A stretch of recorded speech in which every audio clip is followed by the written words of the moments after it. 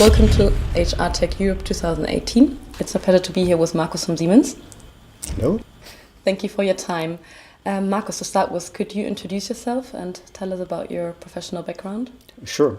So first of all, thanks for having me. I'm working for Siemens in the so-called position Head of Global Business Partners, meaning I'm heading all the global HR business partners for Siemens.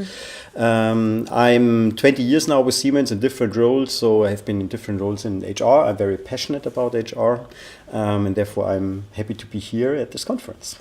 20 years is a long time, so within the role of HR, what are the milestones you experienced? In terms of my career, I think the main milestones have been that there was a period of 7-8 years where I was basically on a whatever clerk level kind of, but still I liked it a lot. And then, my career kicked a bit off in terms of that I got the first team leading positions and then even management positions at a later point in time.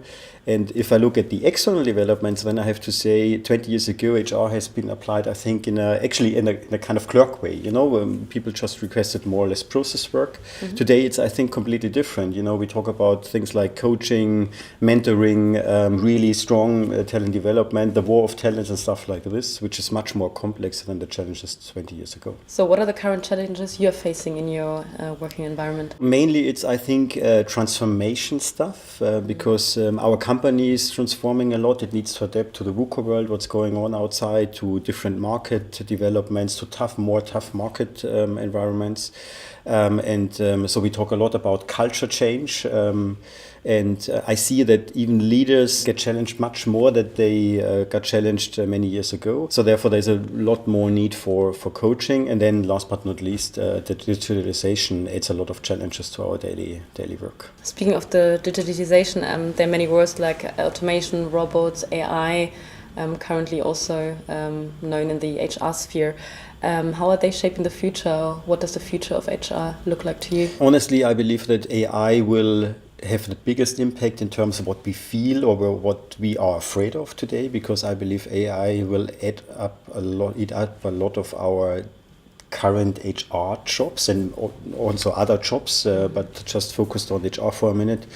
I think when we think about payroll or similar jobs, I think, this is a lot, these are jobs, who depend on a lot of standardization, and I think all the jobs what are kind of linked to standardization, they will be kind of cut by AI going forward.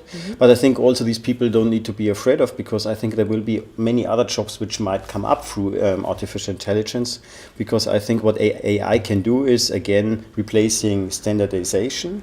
But what AI can't do is basically think like a human brain. And this is still something where I have a lot of hope that our world changes even to the better, so our HR world changes to the better. You also held the opening keynote today, entitled Rethinking Leadership for the Digital Age.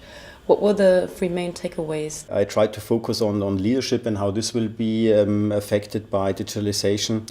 And I think the main takeaways is that, first of all, I wanted to bring across that we in HR, we first of all have a big say in this. And I think we have also a big part where we need to give our input and also drive the change. And that we actually need to start now, and we shouldn't wait for whatever future which might come at some point. I believe the future in terms of digitalization is there.